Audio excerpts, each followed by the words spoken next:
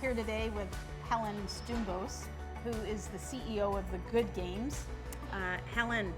It sounds so important. I know, right? Well, it is important. I know, You but we're are friends. important. We've been friends for years. It's funny know. when you say that. CEO, you're the big deal. Mike tells me it was all you, right? So tell gosh. me, how did we get here? I was crazy. I was Yeah. literally You put a lot crazy. of work into bringing the Good Games to Guelph and beyond. I would What's say happening? anybody that knows running events and what it's like would probably know what I'm talking about when I say, holy Yeah. moly. I mean, it's a labor of love. I mean, as an athlete that played sports and played in competitions as a kid growing up, you know, I think I got into my 40 plus years.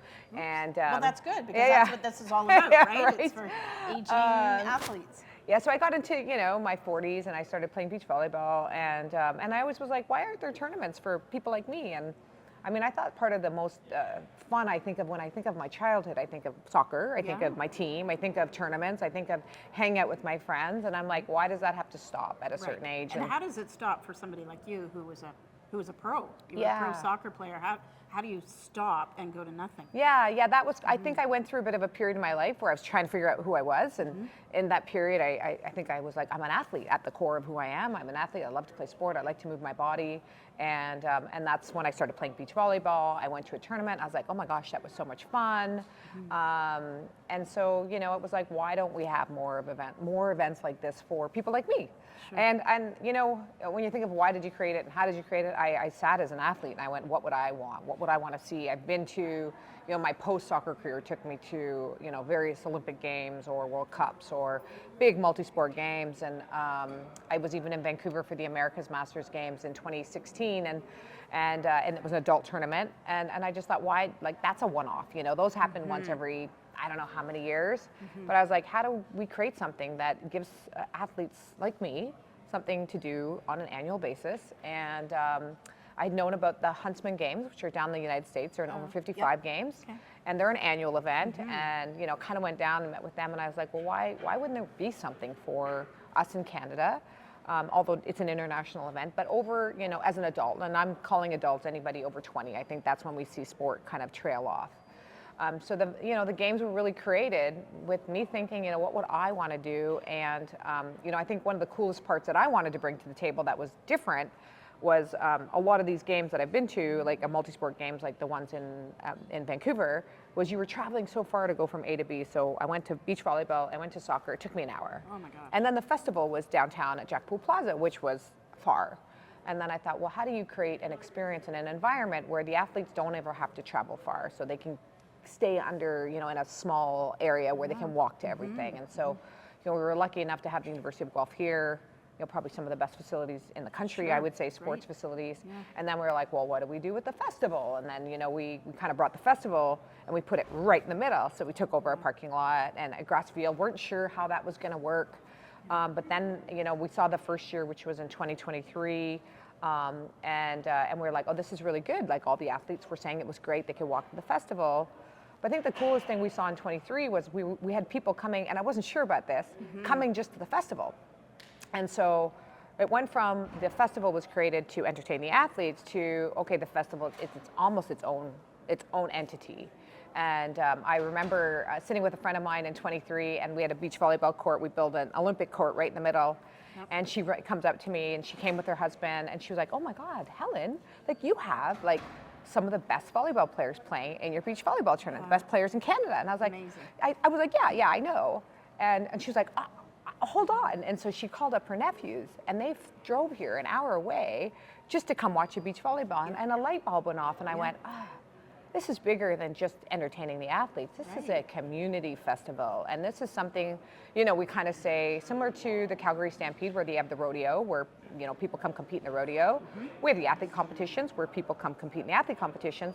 But it's the festival that gathers a lot of people. And so last year, we upped the ante for the festival. We brought a lot of different experiences in. And, you know, we call it a festival of sport. And people are like, what's a festival of sport? And I'm like, well, it's a music festival. Think music festival. There was music there. There was dancing. But our stages are sports. Right. So rather than having, you know, music stages all over the place, like Hillside would have multiple stages of music, we have multiple stages of sports. So, People can come watch our athletes compete. They can come try different sports, or they can come just play. Like Right. we literally have. I mean, I always say this. There's nothing like our event out there. I know, and you've got people coming in from right across over. North America, right? Yeah, we had The athletes. farthest away would have been Farthest away, we had athletes from Hawaii, we had athletes from Brazil, Venezuela, and Japan when we did our geofencing, which was pretty incredible. pretty crazy. Yeah. I think the coolest thing we did, regional tourism did this geofencing survey to see, where athletes came from, where people came from. And she said she'd never seen anything like it. We were so, all over Ontario, people came in. Obviously, we have our athletes that came from all over, which we have on our registration platforms. And she said the coolest part was that we actually hit every age category. She goes, usually, a music festival would hit a certain age category. She goes, but ours was equal attendance across all age categories. Right. Wow. I know. That's amazing. Really cool. So you're hitting all the bases. All the bases, and I love the fact that we do kind of cater to everybody and anybody. We call it sport for life, sport for all. Because it truly is sport for life, sport for all. I mean, I think we have something for everybody. I love that in the athlete competition, our oldest male athlete, I believe, was 92 from Sarnia. Wow. And played walking soccer. 92. And our oldest That's female incredible. athlete was 81. She came from California. Wow. And I just thought, I love that, we run the gamut of ages, but we run the gamut of levels and abilities. And I think anybody that came to our event last year said they've never been to anything like it. Yeah. And even athletes that had participated in major masters events around the world came to us and said this was probably the best event they'd ever been to. Wow. So, That's amazing. It's so inspiring, right? It's inspiring at that age that you think that you can actually go and still compete. That gives you purpose. I think it's there's so much to be taken from that. Yeah, amazing. And what's so funny is with the women's soccer, who were the over 50, over 65, and over 70 were the categories for women's soccer. And I did a survey with the athletes to kind of ask them, how long do you want your games to be? I was like, I'm catering this to you. What do you want? And I surveyed all the age groups, and it was the over 70s that wanted the games longest and more games. That's right. When I said you're going to get I can't remember, 3 or 4 games minimum, and the response I got was, but we're going to get more, right? and when I did the survey on the time of the games, they wanted the longest games, and I was like, and these women were amazing. But what you see is what sport does is so much more than just the physical. It's the emotional, it's the spiritual, it's the social. And it's amazing to watch these women that travel around with their friends and play in different tournaments, and it enriches their life so much. It's amazing to see, and I think we can learn a lot from them. Yeah, definitely. That's a whole other segment of what we could learn from mature athletes. Amazing. I think. Yeah. So amazing. Wow. So tell me what now? What can we expect for the future moving forward? Oh gosh, I always get this. I know it's been a ton of work, and you still need a lot of volunteers, and of Support. course we still want members of the public to come and visit, right? You Yeah. want your numbers up, but what does the future look like? I think, like you said, I think we want more people to know about us. We want more people to experience what we're offering. I think sport has the power to heal and transform. I think that's why we include all abilities, adaptable sports. We have wheelchair basketball, sledge hockey, blind soccer coming this year. Wow. Yeah, pretty crazy, Blind eh? soccer. Yeah, I know. Wow, I that's know. incredible. And the cool thing about it is we'll do some showcases, but anybody in the general public can come try them out, which I think is so important. I think it's giving people as many different and unique sporting experiences that they can have. And also, we've got a partnership with the Indigenous Sport and Wellness Council, because I always was like, how do we bring everybody under one roof? Like, I think we have Paralympic Games, Olympic Games, we have the Indigenous Games and regular games. I'm like, how do we become a entity that welcomes everybody and anyone can come? So for me, it's just continuing to grow that. I think, when it comes to growth and people ask me what the 5-year plan is, I don't answer that question because I never know what it's going to be. Sure. And as interesting and strange as it sounds, I really feel like this has been created so intuitively. Like, I think we see what works. We feel what works and we see what direction we go. Like I said, in 2023, I would have never thought the festival would have been a pivotal part of our games. I just thought it's part of it.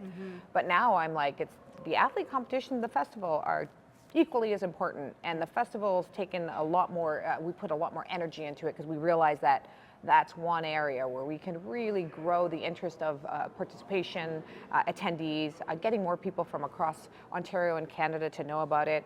Sure. You know, ideally, let's be like the Calgary Stampede, where people put this on their calendar every year and are like, we know we're going to the good games this weekend, and we're flying with our family, and we get to experience the coolest thing, because guess what? It's free. It's free. Well, except for the athletes, but the festival's free. Yeah. So I mean, listen, summertime, you've got some time on your hands, and you want to experience something really major and intense and fun, and it's for everybody. I mean, this is the place to be. Yeah. So I'm going to say something here, because I'm sitting with Gia. So I have to say that the one thing that we acknowledge is partners. And you know what? I'm so grateful that certain people, like yourself, just believed in this. You know, I just got chills everywhere, because this was just in my head. You know, it was a vision I had in my head. And I remember when I was putting the team together and reaching out to people, people were buying into the vision without really knowing what it was. And, you know, we've got such incredible people on our team that you're interviewing. And I've sent them notes saying, you know, thank you for believing in what was in my head, because it was just in my head. Sure. And some of the best things that come about are intuitive things in your head. Yeah, it's crazy. So, I mean, Gia's, just to give you a little bit of tip of the hat, believed in this from the beginning. You know, we have maybe a handful of people that supported us and partnered with us right from the start, and it would never have gotten to this place without people like you. Yeah. So well, I'm getting teary. But it does. It really is. And you know, even I said the same thing to Stu Lang the other day. I was like, wow, and Susan Frassen and Kevin McKittrick and everybody that's been on, Scott Pollard, everybody that's on our team. I'm like, it's just these people that just saw this vision. And I think last year, when we saw kind of the closer to what the real event was supposed to be before COVID, I think people really saw it and were like, wow, you did it. And it was because it takes a village to raise a child, and this is a child. There you go. Well, I really can see why Helen is CEO, and you're doing a great job. So we want this around. We want this to stay in Guelph. We want it to be here and continue to make our community great and a destination place for lots of people to come to. So, so thanks for doing all this hard work.